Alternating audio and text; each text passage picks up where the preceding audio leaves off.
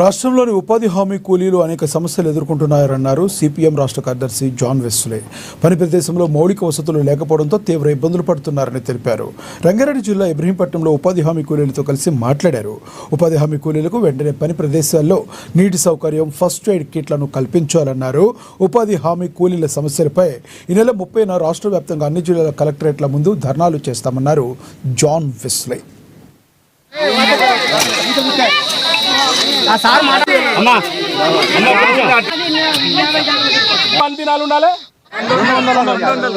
ఎన్ని రోజులు ఉండాలి? ఎన్ని రోజులు ఉండాలి? దెబ్బలు తాకినప్పుడు ఎక్స్గ్రెస్ ఇవ్వాలి. దెబ్బలు తాకినప్పుడు పెన్షన్ ఎలా పోతా మరి ఇస్తున్నది గవర్నమెంట్ ఇస్తలేదు. రంగారెడ్డి జిల్లా ఎల్లమ్మ తాండాలో ఉపాధి కూలీల సమస్యల పరిష్కారం కోసం సిపిఎం బృందం ఈ రోజు రావడం జరిగింది.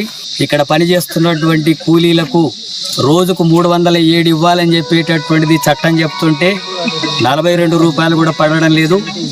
ఎండలకు పని చేస్తున్నారు, భూమి గట్టిగా ఉంది. కొలతల ప్రకారమే కూలీ అనేటటువంటిది వచ్చినప్పుడు 40-42 రూపాయలు వస్తున్నాయి. కొలతలతో సంబంధం లేకుండా 307 రూపాయలు ఇవ్వాలని చెప్పి డిమాండ్ చేస్తున్నాం.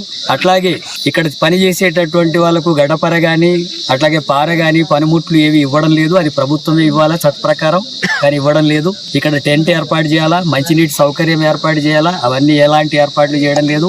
దూరం నుంచి గుట్టల మీదకి వచ్చి నడిచొచ్చి పోతున్నారు. వాళ్ళకి సౌకర్యాలు కూడా లేనటువంటి దుస్థితి ఉంది. అట్లాగే వాళ్ళు పని చేసినటువంటి పని దినాల కూలీ కూడా 6 వారాలు 7 వారాలకు అట్లా ఇస్తున్నటువంటి పరిస్థితి ఉంది. ఆ రకంగా పని చేసుకున్నటువంటి వాళ్ళకు పొట్ట గడిచేటటువంటి వాళ్ళకు కూడా కూలీ సరిగా ఇవ్వడం అనేటటువంటిది లేదు. అందుకని ఈ ఉపాధి కూలీల సమస్యల పరిష్కారం కోసం వ్యవసాయ కార్మిక సంఘం ఈ నెల 30 తారీఖున అన్ని కలెక్టర్ కార్యాలయాల ముందు ధర్నా కార్యక్రమాలకు పిలుపునిచ్చింది. ఆ ధర్నాలకు సిపిఎం పార్టీ పూర్తిగా మద్దతు ఇస్తుంది. కేంద్ర ప్రభుత్వం ఉపాధి కూలీలకు బడ్జెట్ తగ్గించడం వల్ల 2.5 లక్షల కోట్ల రూపాయలు అవుతే మొత్తం దేశ వ్యాప్తంగా ఉండే 30 కోట్ల మంది పైగా ఉండేటటువంటి ఉపాధి కూలీలకు పని దొరుకుతుంది. కానీ అది 86,000 కోట్ల కోత పెట్టింది. పని దినాలు తగ్గిస్తుంది.